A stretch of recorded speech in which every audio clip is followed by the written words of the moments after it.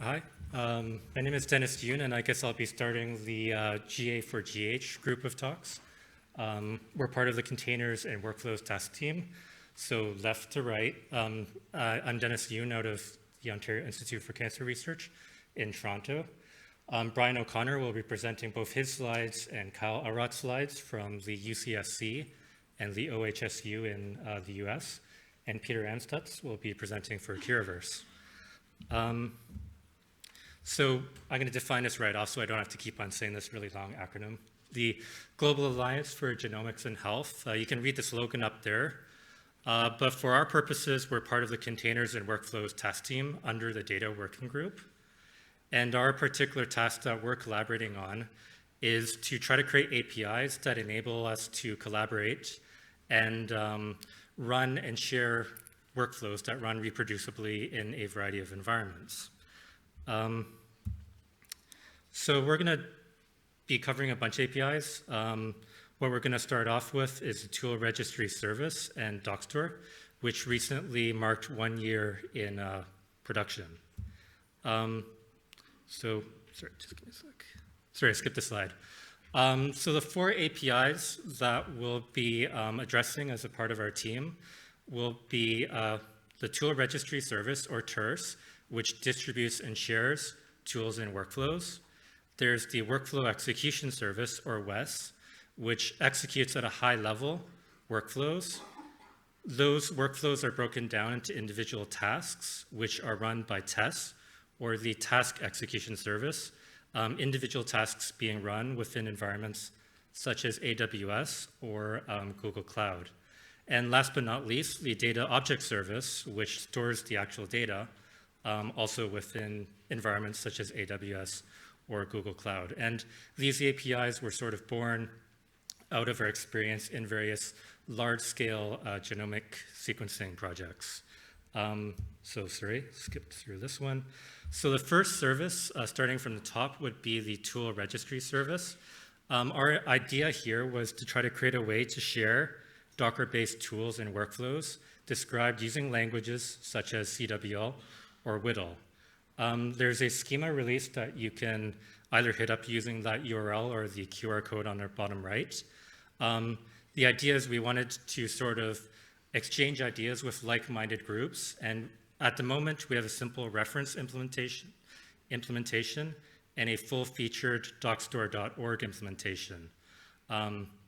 Also, BOSC Doc has implemented an early version of this particular schema. But what is this? Well, it's probably best to jump into what Dockstore is to give an example of a particular implementation of the tool registry service.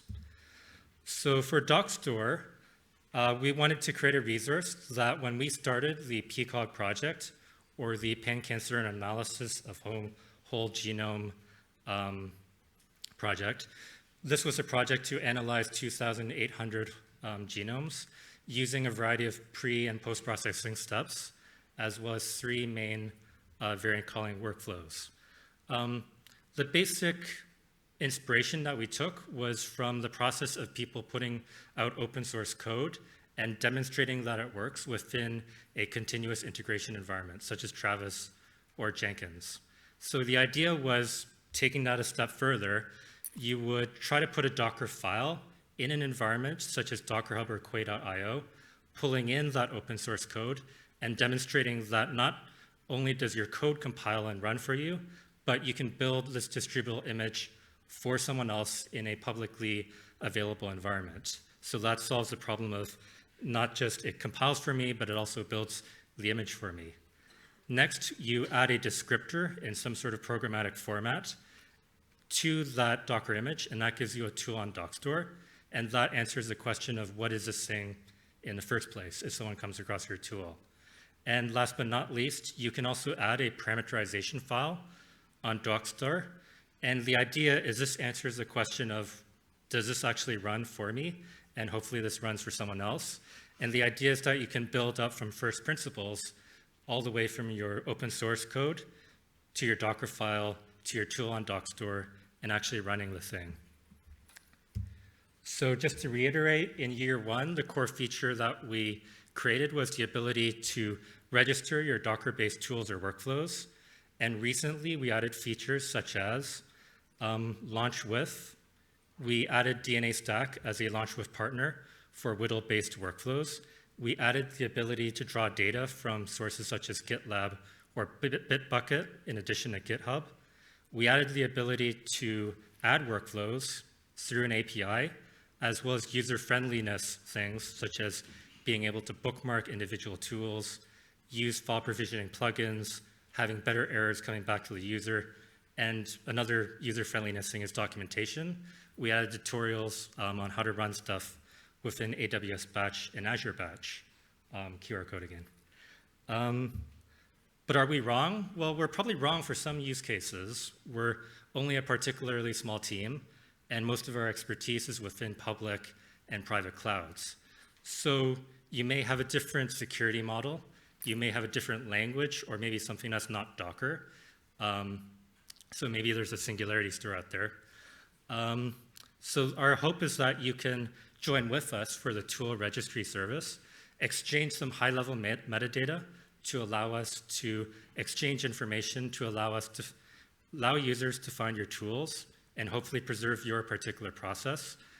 Today, you can log onto Dockstore and exchange your workflows and tools.